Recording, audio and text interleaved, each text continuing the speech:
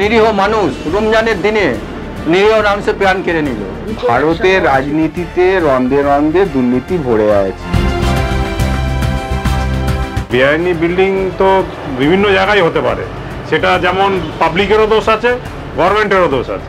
2 নম্বরই রাস্তা চলছে, যার জন্য প্রমোটিংরা প্রচুর পরিমাণে ফায়দা লুটছে। এটা আমার কাজ নয় কি আমি সবার বাড়ি গিয়ে দেখবো কি কোথায় কি ইনলিগাল কে বাড়ি করছে। আমি বলবো এটা আন্ডার কনস্ট্রাকশন না, Bengal is now under destruction. যারা মারা গেছেন তাদের 5 লাখ টাকা করে আমরা দেব ফ্যামিলিকে, আর যারা ইনজোর্ড তাদের 1 লাখ টাকা করে ফ্যামিলিকে দেব।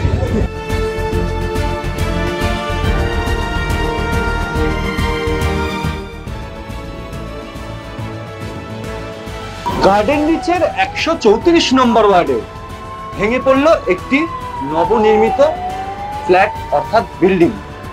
সেখানকার কাউন্সিলর কি বললো আপনাদের কালকেই দেখিয়েছি, তিনি কিছু জানতেনই না। তার ওয়ার্ডেই হচ্ছে তিনি জানতেন না।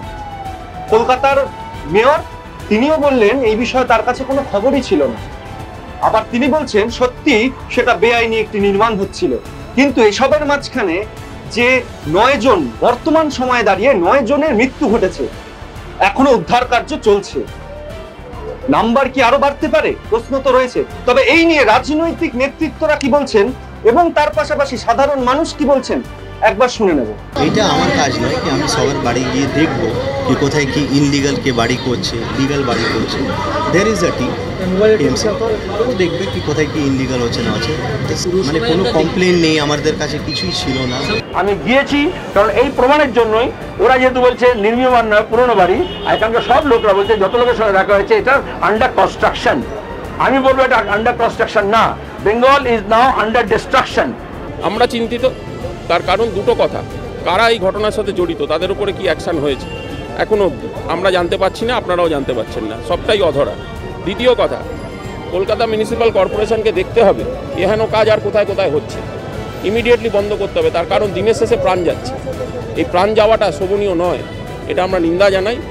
যারা মারা গেছেন তাদের 5 লাখ টাকা করে আমরা দেব ফ্যামিলিকে, আর যারা ইনজোর্ড তাদের 1 লাখ টাকা করে ফ্যামিলিকে দেব।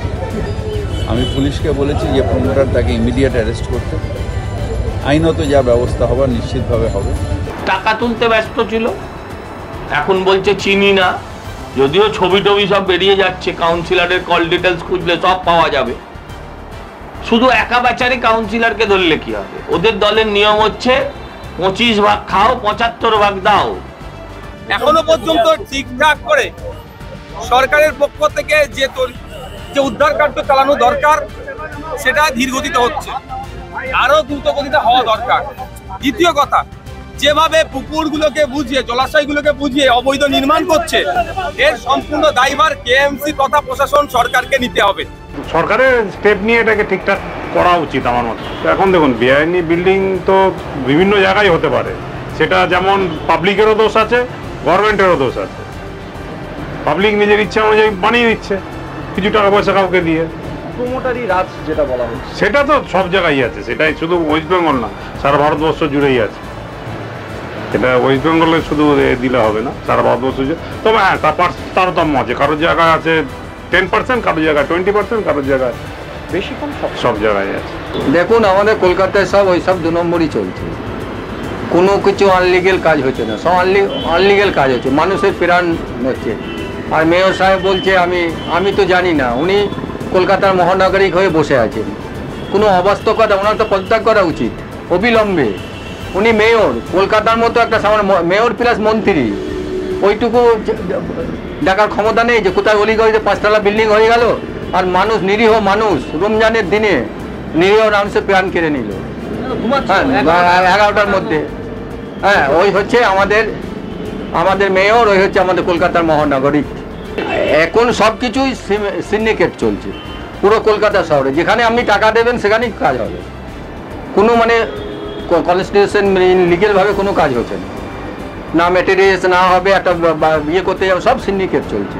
পুকুর ভরাট করে বিল্ডিং হচ্ছে, পুকুরে কোনো রকম বলে না, পয়সা ছাড়া ওখানে কোনো নাই, শুধু পয়সা, মানি পাওয়ার, আর কিচ্ছু নেই।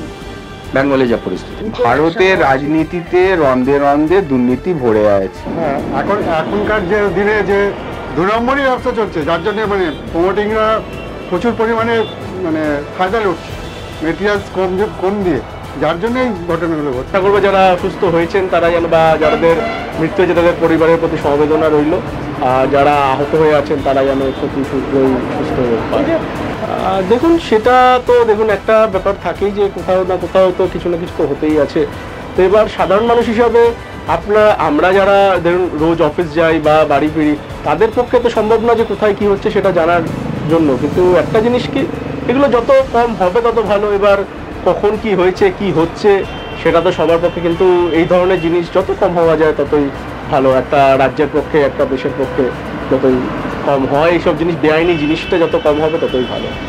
জায়গা থেকে তো প্রমোটার জিনিসটা তো খারাপ না, বড় বড় কোম্পানিরাও আছে যারা প্রমোটিং করে, বিল্ডিংস বানায়, প্রমোটিং করে, কিন্তু সেটা যদি লিগাল হিসাবে হয় তাহলে তো কোনো খারাপ নেই। গোদরেজও বানাচ্ছে, বড় বড় দিল্লি, বোম্বে, আমরা সব জায়গাতে চাকরির সূত্রে গেছি, তো সেই কারণে আমরা দেখেছি প্রমোটার সবাই প্রমোট করেই, কিন্তু সেটা যদি লিগালভাবে হয় সেটা জিনিসটা সত্যিই খুব ভালো হবে। ইলিগাল জিনিস কখনোই মানে অভিপ্রেত নয়। দেখুন, এখন সব কিছুই হচ্ছে ভালো খারাপ, কিন্তু আমরা সাধারণ মানুষ হিসাবে আমরা ওখানে আজকে আমরা ঠিক মতন হয়তো নিজে জানিও না যে ওখানে কি আছে না আছে, কি ছিল না ছিল, কিন্তু ওখানকার যারা লোকরা আছে, ওখানকার লোকরা তো দেখতে পাচ্ছে কি হ্যাঁ এটা বেআইনি হচ্ছে না আইনি হচ্ছে, তখনই ওই জিনিসটা তখনই যদি করা হতো, আটকানো হতো, তাহলে ওটা বেটার হতো। রাজনৈতিক ব্যক্তিত্বদের মতবাদ কি? কেউ বলছেন বাম আমলের থেকে এসব হতো, আবার কেউ বলছেন বাম আমলে শুরু হয়েছিল কিন্তু এই তৃণমূল আমলে আরো বেড়ে গেছে। আবার কেউ বলছেন এসব নিয়ে বিরোধীরা রাজনীতি খেলছে, নোংরা রাজনীতি। সাধারণ মানুষও কিন্তু বলছেন যে এই বিষয় নিয়ে ভাবা দরকার, প্রশাসনকে ভাবা দরকার। শুধু এই রাজ্য নয়, দেশের বিভিন্ন জায়গায় এই প্রমোটারি রাজ। সত্যি খুব মর্মান্তিক ঘটনা। এখনো পর্যন্ত 9 জন মৃত, এখনো উদ্ধার কার্য চলছে, আহত 20 জনের ওপরে। সত্যি ভাববার বিষয়। ক্যামেরায় রক্তিম ওঝার সাথে দিব্রমচারী রিপোর্ট, প্রথম কলকাতা লাইভ।